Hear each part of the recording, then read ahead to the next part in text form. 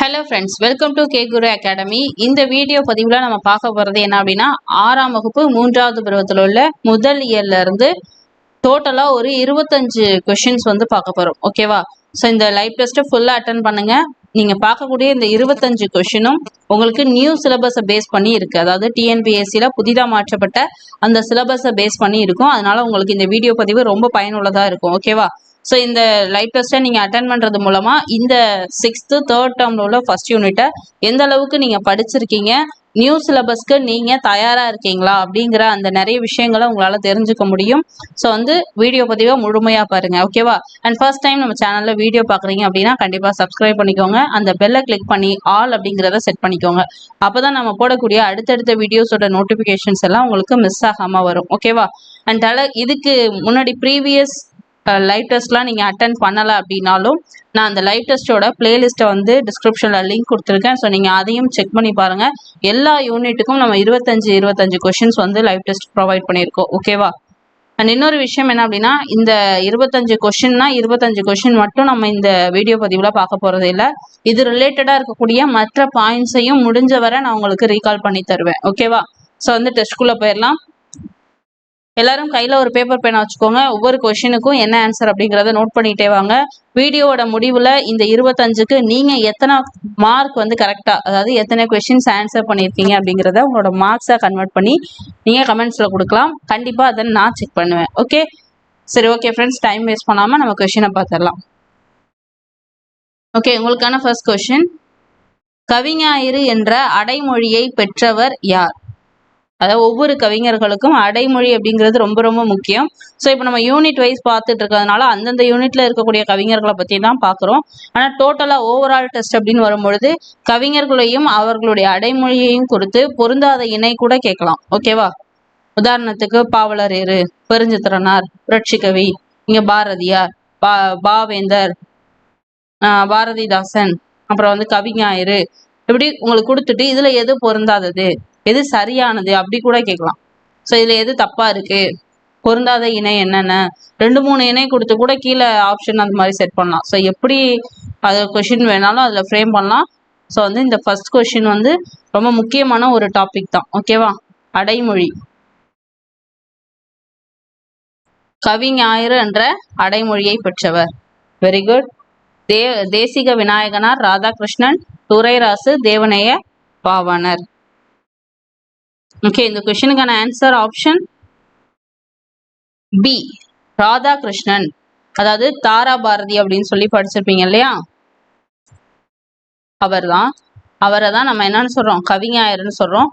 So நம்ம தாரா பாரதின்னு கொடுக்காம அவருடைய இயற்பெயரை இந்த இடத்துல நம்ம கொடுத்துருக்கோம். ஓகே, அடுத்த கொஸ்டின், தேசம் உடுத்திய நூலாடை என கவிஞர் குறிப்பிடும் நூல் வந்து எது?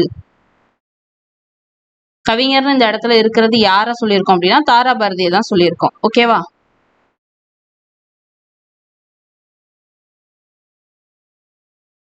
தேசம் உடுத்திய நூலாடை அப்படின்னு சொல்லி கவிஞர் குறிப்பிடக்கூடிய நூல் வந்து எது? திருவாசகம், திரிகடுகம், திருக்குறள், திருப்பாவை.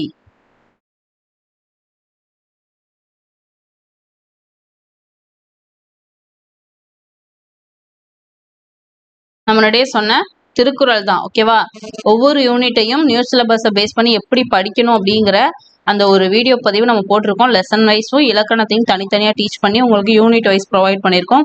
அந்த வீடியோ நீங்கள் பார்க்கல அப்படின்னாலும் நான் அதுக்கான பிளேலிஸ்ட்டை வந்து டிஸ்கிரிப்ஷனில் தரேன். கண்டிப்பாக செக் பண்ணி பாருங்கள், உங்களுக்கு யூஸ்ஃபுல்லாக இருக்கும். ஓகேவா? ஸோ அதில் நம்ம இதெல்லாமே ரொம்ப ப்ரீஃபாக உங்களுக்கு எக்ஸ்பிளைன் பண்ணியிருக்கோம். தேசம் உடுத்திய நூலாடை அப்படின்னு சொல்லி கவிஞர் எதை சொல்கிறார் அப்படின்னா திருக்குறளை தான் சொல்லியிருக்காரு. அடுத்தது நெக்ஸ்ட் கொஸ்டின், பாரதியாரை தமிழ்நாட்டு கவிஞர் என்று கூறியவர் யார்? காந்தியடிகள், தந்தை பெரியார், உவே சாமிநாதர், ராஜாஜி.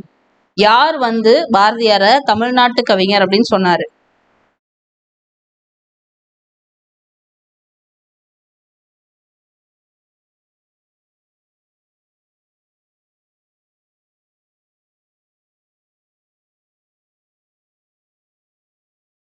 ஓகே, தமிழ்நாட்டு கவிஞர் யாரு?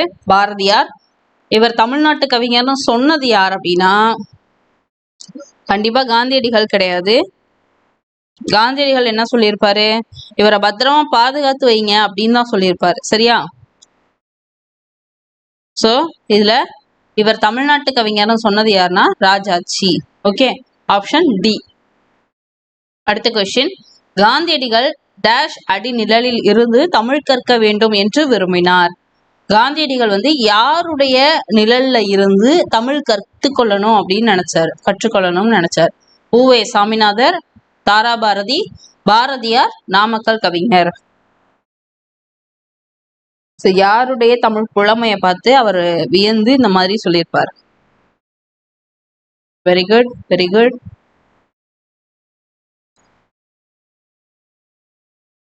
உங்களுக்கு இதுல கொஸ்டின் பார்க்கும்போது ரொம்ப கிளியர் கட்டா இதுக்கு இதுதான் ஆன்சர்னு தெரிஞ்சிருச்சுன்னா பிரச்சனை இல்லை. சப்போஸ் ஏதாவது கொஸ்டினுக்கு இதுவா அதுவான்னு சந்தேகம் இருக்குன்னா ஒன்றும் பிரச்சனை இல்லை. நீங்க லைவ் டெஸ்ட்டை முடிச்சுட்டு திரும்ப ஒரு தடவை அந்த லெசனை படிச்சிருங்க, சரியா? எக்ஸாம் வருதுங்கிறதுக்காக அவசரப்பட்டு அரைகுறையா படிச்சு இந்த எக்ஸாம் எழுதுறதை விட பொறுமையா நல்ல டீட்டெயிலா புரிஞ்சு அதை நல்லா மனப்பாடம் பண்ணி திரும்ப திரும்ப ரிவைஸ் பண்ணி அடுத்த எக்ஸாம் கூட எழுதலாம். அது கண்டிப்பா உங்களுக்கு சக்சஸை கொடுக்கும். ஓகேவா? ஸோ வந்து ஏன் அப்படி நான் சொல்றேன்னா, படிக்கிறது வந்து சும்மா ஏனாதானான்னு படிக்கக்கூடாது. இந்த விஷயம் நமக்கு கரெக்டா உள்வாங்கியிருக்கா, இது நம்ம கரெக்டா அண்டர்ஸ்டாண்ட் பண்ணியிருக்கோமா, எக்ஸாம் நெருங்குதுங்கிற அந்த பதட்டத்துல நீங்க வந்து அரைகுறையா படிச்சுட்டு போயிடாதீங்க. ஸோ வந்து ரொம்ப தெளிவா படிச்சுட்டே போங்க. ஏன்னா அடுத்தடுத்து உங்களுக்கு எக்ஸாம்ஸ் இருக்கு. ஓகேவா? சரி, ஓகே. இந்த கொஸ்டினுக்கான ஆன்சர் ஆப்ஷன் ஏ, உவேசா. ஓகேவா? உவேசாவினுடைய அந்த தமிழ் புலமையை பார்த்து இவருடைய அடிநிழல்ல இருந்து தமிழ் கத்துக்கணும் அப்படின்னு சொல்லியிருப்பார். ஓகே, தாராபாரதியோட இயற்பெயர் இப்பதான் சொன்ன ராதாகிருஷ்ணன். பாரதியார் வந்து காந்தியடிகள் வந்து சொல்லியிருப்பார், இவரை பத்திரமா பாதுகாத்து வைங்க அப்படின்னு சொல்லி. ஓகேவா? ஓகே ஃப்ரெண்ட்ஸ், அடுத்த கொஸ்டின், அண்ணல் காந்தியின் சின்ன கைத்தடி அறத்தின் ஊன்றுகோலாக என்று பாடியவர் யார்? டேஷ். பாரதியார், பாரதிதாசன், ராதாகிருஷ்ணன், கவிமணி. ஸோ அண்ணல் காந்தியின் சின்ன கைத்தடி அறத்தோட ஊன்றுகோலா இருக்கு அப்படின்னு சொன்னது யார்? இது வந்து ஒரு பாடல் வரி, சரியா? இந்த பாடல் வரிய பாடினது யார்? Very good.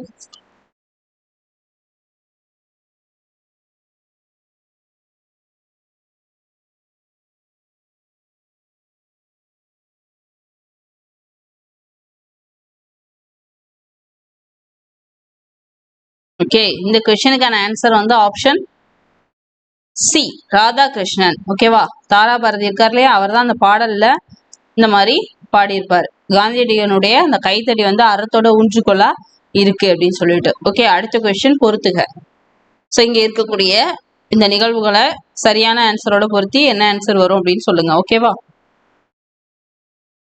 இலக்கிய மாநாடு, தமிழ்நாட்டு கவிஞர், குற்றாலம், தமிழ் கையேடு. இந்த சைட் பார்த்தீங்கன்னா பாரதியார், சென்னை, ஜியு புக், அருவி. ஸோ இதை கரெக்டாக பொருத்தி என்ன ஆன்சர்னு சொல்லுங்க. இது முக்கியமான கொஸ்டின் தான், பார்க்கறதுக்கு ஈஸியாக இருக்கலாம், பட் இது முக்கியமான கொஸ்டின். அதனால தான் நம்ம இதை இங்கே வச்சிருக்கோம். Okay,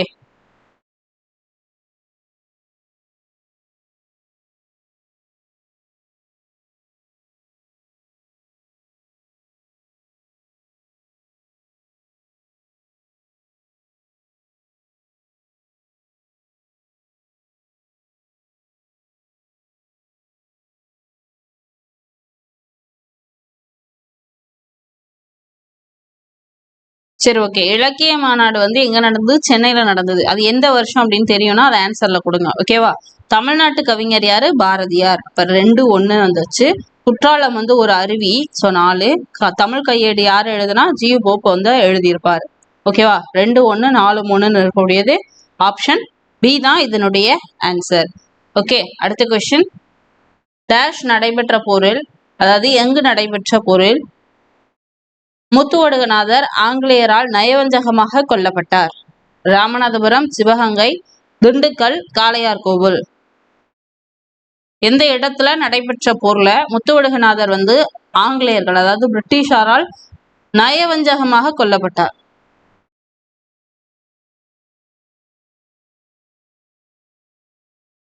very good.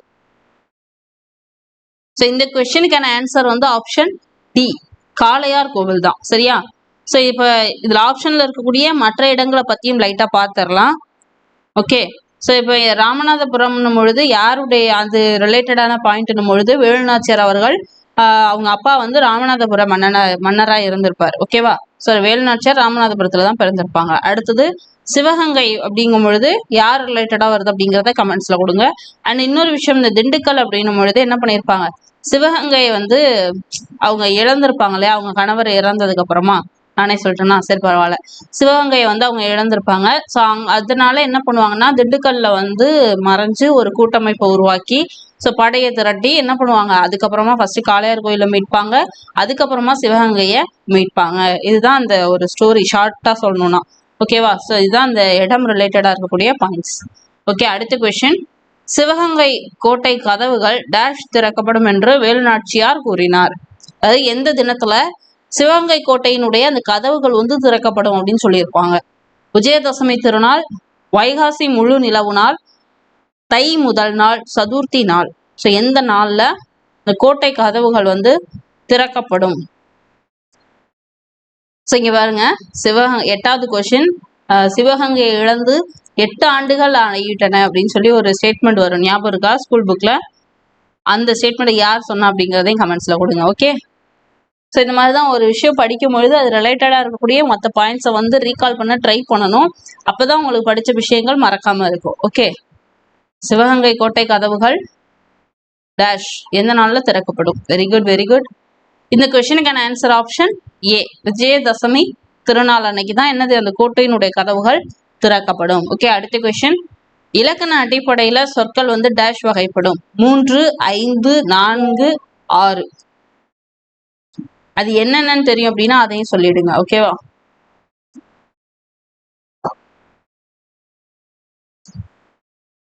இலக்கண அடிப்படையில சொற்கள் வந்து எத்தனை வகைப்படும்?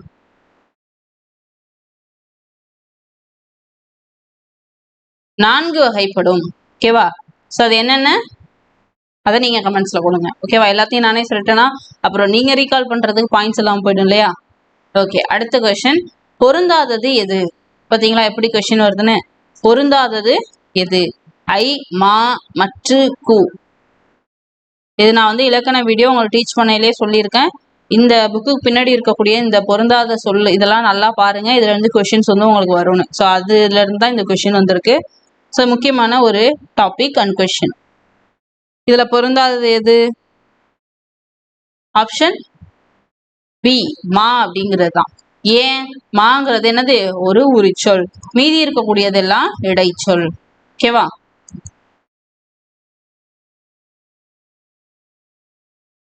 சரி, ஓகே. அடுத்து 11வது கொஸ்டின். உயிர் எழுத்தில் தொடங்கும் சொல்லுக்கு முன் டேஷ் என்னும் சொல்லை பயன்படுத்த வேண்டும். அதாவது உயிரெழுத்துல தொடங்கக்கூடிய சொல்லுக்கு முன்னாடி எந்த எழுத்தை பயன்படுத்தணும், அதை எதை பயன்படுத்தணும்? ஒரா, ஒன்றா, ஒரா. சரி, இங்க குரல் நடையில் வேறுபாடு இருக்கு பாருங்க. இங்க ஒரு, ஒன்று, ஓரு, ஓர். இந்த நாள்ல இந்த கோடிட்ட இடத்துல என்ன வரும்? உயிரெழுத்தில் தொடங்கும் சொல்லுக்கு முன்.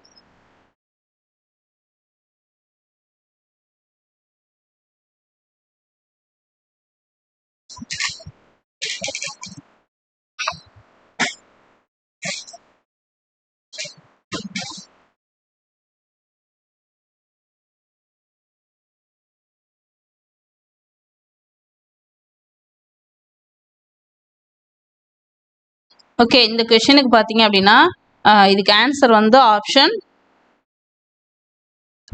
டி, ஓர் அப்படிங்கிறது தான். ஸோ இதை விளக்கமா நான் உங்களுக்கு எக்ஸ்பிளைன் பண்ணிடுறேன். உயிரெழுத்தி தொடங்கக்கூடிய சொல் அப்படின்னும் பொழுது உதாரணத்துக்கு அது அப்படின்னு எடுத்துப்போம்.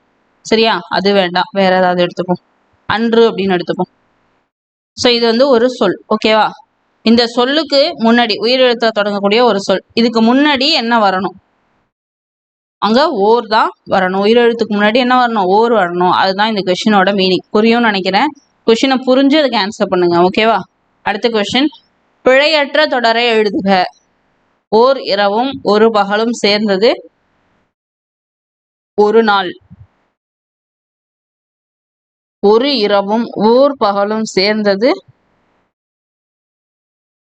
ஒரு நாள். ஓர் இரவும் ஓர் பகலும் சேர்ந்தது ஒரு நாள். ஒரு இரவும் ஒரு பகலும் சேர்ந்தது ஒரு நாள்.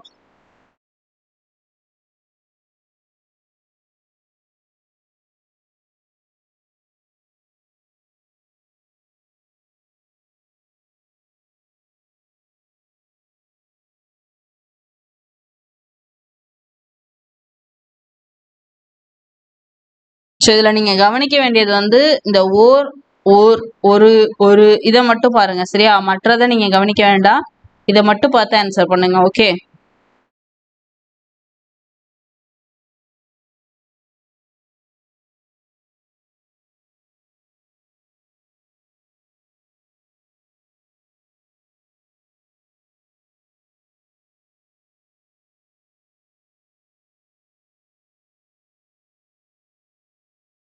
ஓகே. இந்த கொஸ்டினுக்கான ஆன்சர் பார்த்தீங்க அப்படின்னா ஆப்ஷன் ஏ.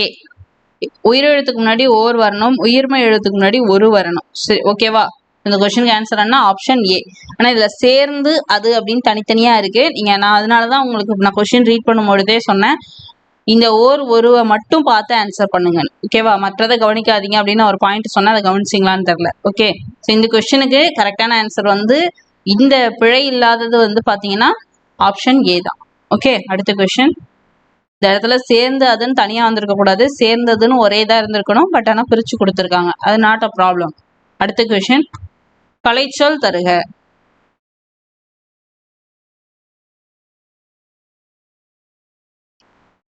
பேட்ரியாட்டிசம் அப்படின்ற அந்த சொல்லுக்கான கலைச்சொல் என்ன? நாட்டுப்பண், தலைமை பண்பு, நாட்டுப்பற்று, வழிகாட்டி.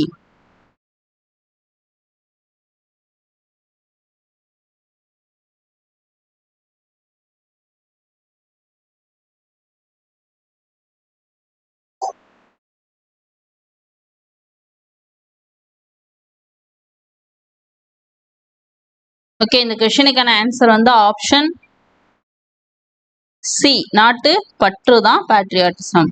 ஓகே, அடுத்த கொஸ்டின், கலைச்சொல் தருக. ஆர்ட் கேலரி அப்படிங்கிற சொல்லுக்கான கலைச்சொல். சிற்பக்கூடம், கலைக்கூடம், ஓவியக்கூடம், சிற்ப களஞ்சியம்.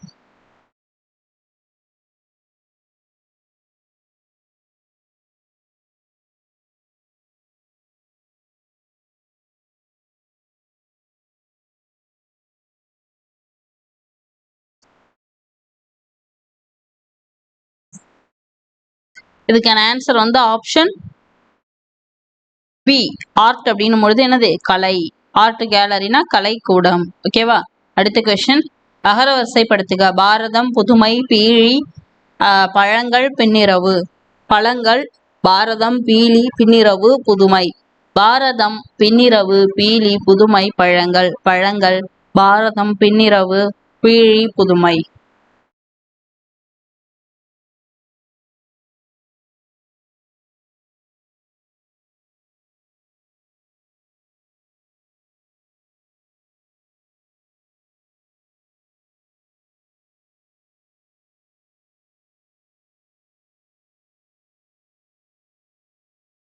இந்த கொஸ்டினுக்கான ஆன்சர் வந்து இந்த மாதிரி அகரவரிசை கொடுத்தாங்க அப்படின்னா நீங்க ஃபர்ஸ்ட் என்ன பண்ணணும்? இந்த முதல்ல இருக்கக்கூடிய இந்த வார்த்தைகளை கவனிங்க. இதுல ஃபர்ஸ்ட் என்ன வரும்? ப அப்படிங்கிற அந்த குரல் தான் ஃபர்ஸ்ட் வரணும், நெடில் வந்து வராது. அப்ப பாரதம்ங்கிறது கிடையாது. அப்ப பிஆ டிஆன்னு தான் பார்க்க போறோம். ஸோ அப்படியே ரெண்டாவது ஆப்ஷனுக்கு வாங்க. இதுல என்ன இருக்கு? பாரதம் இருக்கு, பாரதம் இருக்கு. ஸோ இதையும் விட்டுறலாம். அடுத்தது பீழின்னு இருக்கு, இங்க பின்னிரவுன்னு இருக்கு. அந்த வரிசைப்படி பார்க்கும் பொழுது எது ஃபர்ஸ்ட் வரும்? பின்னிரவு. இந்த ஃபர்ஸ்ட் குறில் தான் ஃபர்ஸ்ட் வரும். அப்ப ஆப்ஷன் டி தான் இந்த அகரவரிசைக்கான சரியான ஆன்சர். ஓகே, அடுத்த கொஸ்டின், கீழ்காணும் குறளில் உள்ள இடைச்சொல்லை எழுதுக. மக்கள் மெய் தீண்டல் உடற்கின்பம், மற்ற அவர் சொற்கேட்டல் இன்பம் செவிக்கு. மக்கள் மெய் தீண்டல் உடற்கின்பம், மற்ற அவர் சொல்கேட்டல் இன்பம் செவிக்கு. இதுல இருக்கக்கூடிய அந்த இடைச்சொல் என்ன? மற்ற, கு, ஐ.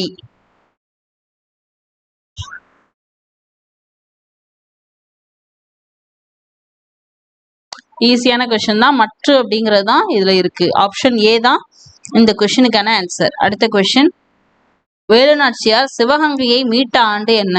1790, 770, 780, 796. எந்த வருஷம் அவங்க சிவகங்கையை மீட்டாங்க? இதுக்கு ஆன்சர் போட்டீங்கன்னா அவங்க பிறந்த வருஷம் என்ன, ஸோ அந்த மற்ற வருடங்கள்லாம் இருக்கும் இல்லையா, அது ஒன்று எதுக்குள்ளதுங்கிறத ரீகால் பண்ண முடியுதான்னு பாருங்க. ஓகேவா?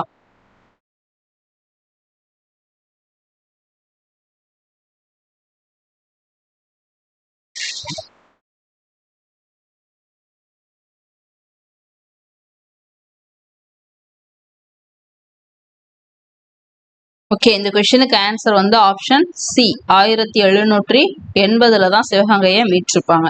அடுத்த கொஸ்டின், சுதேசி நாவாய் சங்கத்தை நிறுவியவர் யார்? VOC., Tilak, Bharathiyar, UVeSa. Very good.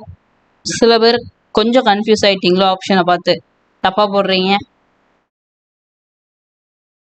Okay, இந்த கொஸ்டினுக்கான ஆன்சர் வந்து ஆப்ஷன் ஏ வ.உ.சி. தான், உ.வே.சா கிடையாது. ஓகேவா?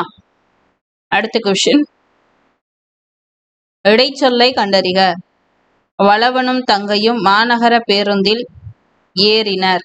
இதுல இடைச்சொல் எது அப்படிங்கிறத கண்டுபிடிங்க. பேருந்து ஏறினர்.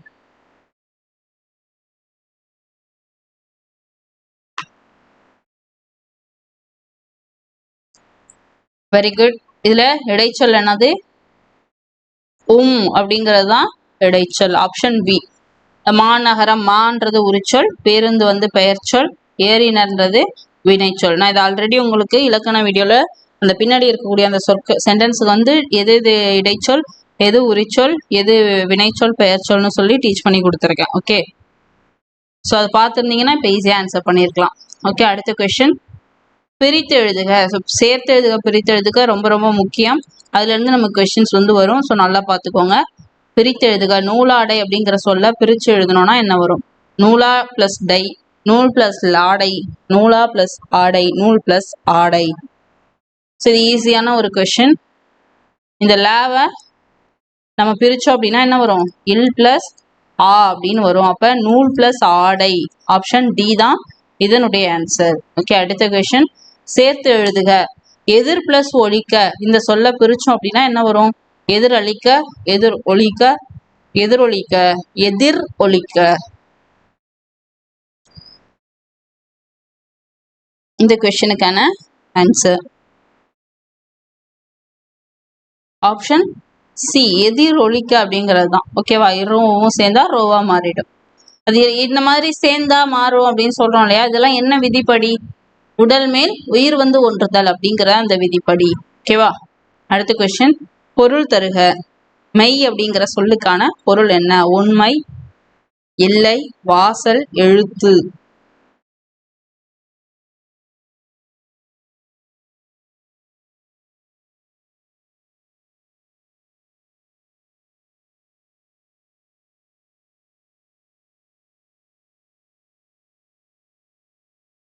மெய் அப்படின்னா என்னது? உண்மை. ஓகேவா? இதுக்கு எதிர்ச்சொல் கேட்டாலும் நமக்கு ஆன்சர் பண்ண தெரியணும். ஓகே, அடுத்த கொஸ்டின், ஆங்கிலேய அரசு ரவுலட் சட்டத்தை நடைமுறைப்படுத்திய ஆண்டு. முக்கியமான கொஸ்டின், ஐஎன்எம் சார்ந்த கொஸ்டின் அண்ட் தமிழ்லையும் இருக்கக்கூடிய ஒரு கொஸ்டின். ஓகேவா? தமிழால எழுதணுமோ? அதுதான் சிறப்பு இல்ல, ஆங்கிலம் வேண்டாம் அப்படியா? சரி, ஓகே. இந்த கொஸ்டினுக்கான ஆன்சர் 1920, 19, 22, 23.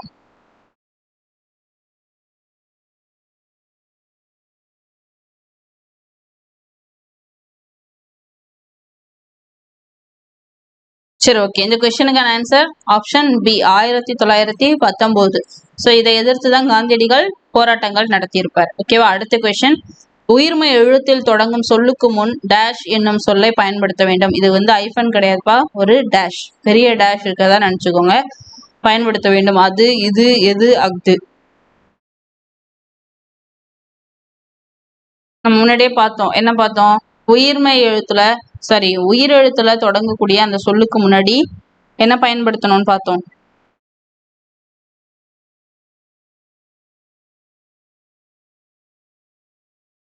ஓர், ஒரு பார்த்தோம் இல்லையா? ஒருல உயிரெழுத்துக்கு முன்னாடி என்ன வரணும்? ஓர் வரணும். உயிர்மைக்கு முன்னாடி ஒரு வரணும்னு பார்த்தோம். அதே மாதிரி இங்க என்ன கேட்டிருக்காங்க கொஸ்டின் அப்படின்னா, உயிர்மை எழுத்துல தொடங்கக்கூடிய அந்த சொல்லுக்கு முன்னாடி என்ன பயன்படுத்தணும் அப்படின்றதுதான் கொஸ்டின். அது, இது, எது, அஃது.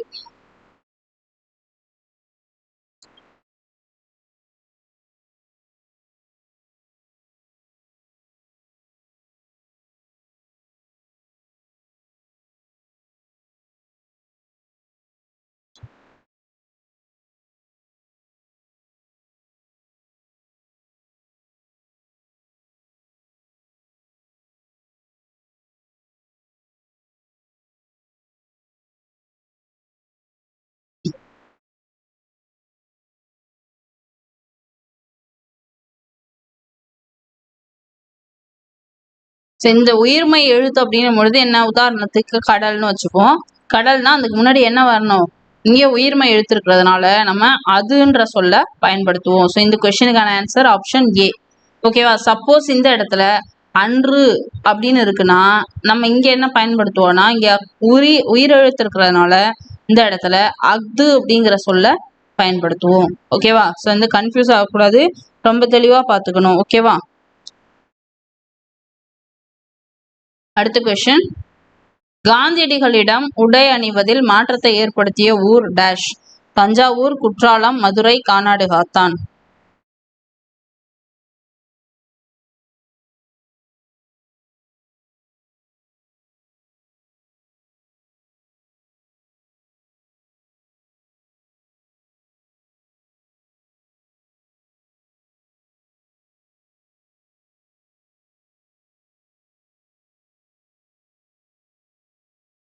Very good. இந்த கொஸ்டினுக்கான ஆன்சர் பார்த்தீங்க அப்படின்னா, காந்தியடிகள் வந்து ஒரு இடத்துக்கு போறாரு. அங்க மக்களோட உடையை பார்க்கும் பொழுது அவரோட மனதுல ஒரு மாறுதல் ஏற்படுது. தன்னுடைய உடையிலையும் ஒரு மாற்றத்தை ஏற்படுத்திக்கிறாரு. அது எந்த இடம் அப்படின்னா ஆப்ஷன் சி, மதுரை.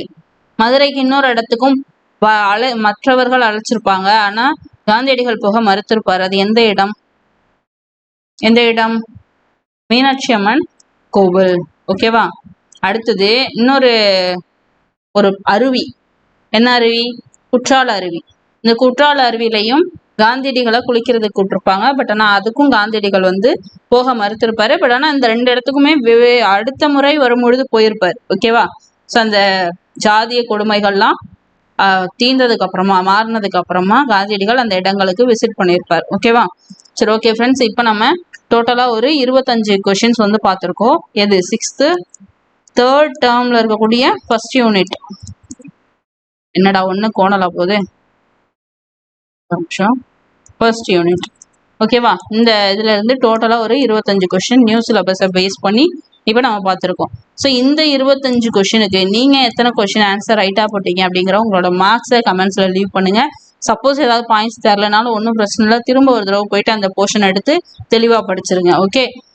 இந்த வீடியோ பதிவு உங்களுக்கு பிடிச்சிருந்தது அப்படின்னா உங்க ஃப்ரெண்ட்ஸ்க்கு ஷேர் பண்ணி விடுங்க. நம்ம அடுத்த ஒரு வீடியோ பதிவுல உங்களை சந்திக்கும் வரை உங்களிடமிருந்து விடைபெறுவது Kamali from K Guru academy. Thank you.